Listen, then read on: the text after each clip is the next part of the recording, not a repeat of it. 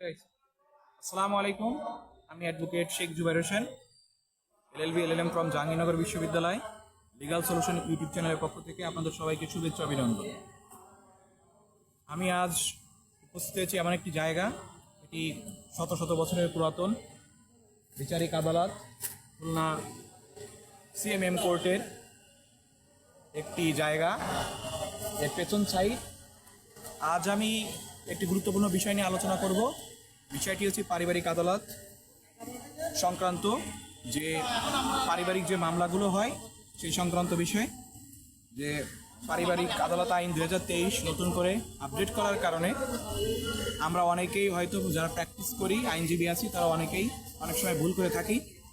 যে আমরা অনেক সময় পারিবারিক আদালতের যে আর্জি সংশোধন বা লিখিত জবাব সংশোধন করে থাকি, অনেকেই না জানার কারণে বা চোখে না পড়ার কারণে বা নতুন আইনটি না পড়ার কারণে আমরা কিন্তু সেই অতীতের যে প্র্যাকটিস, অতীতে যে দেওয়ানি আইনের অর্ডার 6-17 রুল বা বিধি অনুযায়ী যে সংশোধন, আর্জি সংশোধন বা লিখিত জবাব সংশোধনের যে প্রক্রিয়া, এই প্রক্রিয়াটি কিন্তু আমরা অনুসরণ করে আদালতে আর্জি বা লিখিত জবাব সংশোধনের জন্য আমরা পিটিশন বা প্রেয়ার দিয়ে থাকি, যেটি সম্পূর্ণ বর্তমান সময়ে একটি ভুল। এবং বিজ্ঞ বিচারক যদি আপনাকে এরকম পিটিশন দেওয়ার কারণে যদি বলে যে আপনি এরকম পিটিশন দিচ্ছেন, এরকম পিটিশন দেওয়ার তো সুযোগ পারিবারিক আইনে নাই, নতুন যে আইনটি করেছে সেই সংশোধনী আইনে কিন্তু এরকম সুযোগ নাই, তাহলে আপনি যে এই পিটিশনটা দিলেন আপনি কিসের ভিত্তিতে দিলেন? তখন আপনি যদি বলেন যে আমি পড়ি নাই, আমি জানি না, এই কারণে আমি দিয়েছি, তাহলে কিন্তু এটা কোনো গ্রাউন্ড হবে না। কারণ ল্যাটিনে একটা ডক্ট্রিন আছে, ল্যাটিন ডক্ট্রিন, যে আইনের অজ্ঞতা কোনো এক্সকিউজ হতে পারে না।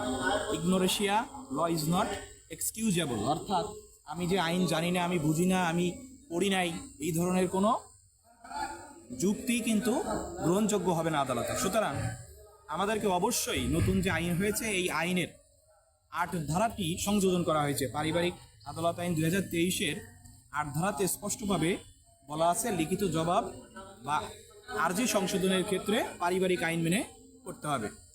সুতরাং এই ক্ষেত্রে পারিবারিক আইনটি কিন্তু একটি বিশেষ আইন, অর্থাৎ স্পেশাল ল। অন্যদিকে আমরা যদি বলি সাধারণ আইন হিসেবে, স্ট্যাটিউট হিসেবে the code of civil procedure 1908, এটা কিন্তু একটা সাধারণ আইন। সুতরাং যদি বিশেষ আইনে স্পেশাল কোনো বিধান থাকে, অর্থাৎ আর্জি সংশোধন বা লিখিত জবাব সংশোধনের যদি আলাদা কোনো স্পষ্ট বিধান যদি থাকে, তাহলে সেক্ষেত্রে অবশ্যই স্পেশাল আইনকে মানতে হবে। সেক্ষেত্রে দেওয়ানি আদালত যে আইন আছে বা দেওয়ানি যে আইন আছে, যে আদেশ 6-17 বিধি, সেই বিধি অনুযায়ী যদি পারিবারিক আদালতের কোনো আর্জি সংশোধন বা লিখিত জবাব সংশোধনের যদি পিটিশন দেওয়া হয়, তাহলে কিন্তু সেই পিটিশনটা কিন্তু অগ্রহণযোগ্য হবে। অর্থাৎ আমাদেরকে এই যে পুরাতন যে সাবমিশনটা ছিল, পুরাতন যে প্র্যাকটিসটা ছিল, সেই প্র্যাকটিস থেকে বের হয়ে আসতে হবে। প্রায় কিন্তু আমি বহু জায়গায় দেখছি, প্রায় কিন্তু আমরা কিন্তু এই ধরনের ভুল করে থাকি।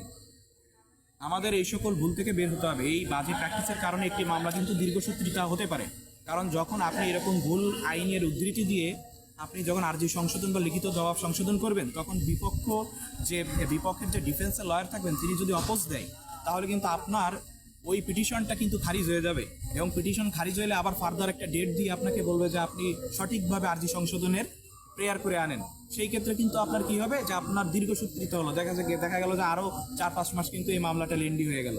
সুতরাং ভুল প্র্যাকটিস থেকে আমাদের বের হতে হবে।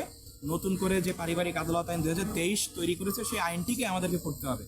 আমরা যদি সঠিকভাবে আইন জানি বা সঠিকভাবে যদি আইনের প্র্যাকটিস করে আমরা যদি কোর্ট প্রাঙ্গণে যদি এটার সুফল যদি আমরা দেখতে চাই, অবশ্যই আমাদেরকে সঠিক আইনের ভিতর দিয়ে আমাদের কোর্টে প্র্যাকটিস করতে হবে। সবার প্রতি আহ্বান থাকবে, আমার সিনিয়র লার্নেড বা আমাদের যারা সহকর্মী আছে, তারা এই যে ভুলটা করে থাকেন বা যারা এর মধ্যেই আইনটি সম্পর্কে পড়াশোনা করেন, নিজেরা সঠিক প্র্যাকটিস করতেছেন, তাদের সবাইকে তো শুভকামনা। এবং যারা এখন আমরা ভুল প্র্যাকটিস করতেছি, যে আমরা সংশোধনের জন্য দেওয়ানি আইনের 6 আদেশের 17 বিধি অনুসরণ করতেছি পারিবারিক আদালতে, সেটি আমাদেরকে বাদ দিতে হবে। এবং পারিবারিক আদালতের 8 ধারার বিধান, লিখিত জবাব আর্জি সংশোধনের যে বিধানটি আছে, সেই বিধানটি আমাদের অনুসরণ করে চলতে হবে। তাহলে আমরা কিন্তু একটা সঠিক এবং সুন্দর প্র্যাকটিসের মধ্য দিয়ে আমরা কিন্তু বিচার নিষ্পত্তি করতে পারবো। সবাইকে বেশি বেশি করে আইন সম্পর্কে অনুশীলন করার বা পড়ার বা বিশ্লেষণ করার জ্ঞান দান করুক এবং সবাই সেই সুযোগটি লাভ করুক, এই প্রত্যাশা ব্যক্ত করে আজকে আমি আমার ভিডিওটি শেষ করছি। ভালো থাকবেন, সুস্থ থাকবেন। ভালো লাগলে ইউটিউব চ্যানেল লিগাল সলিউশনকে সাবস্ক্রাইব করবেন। আল্লাহ হাফেজ।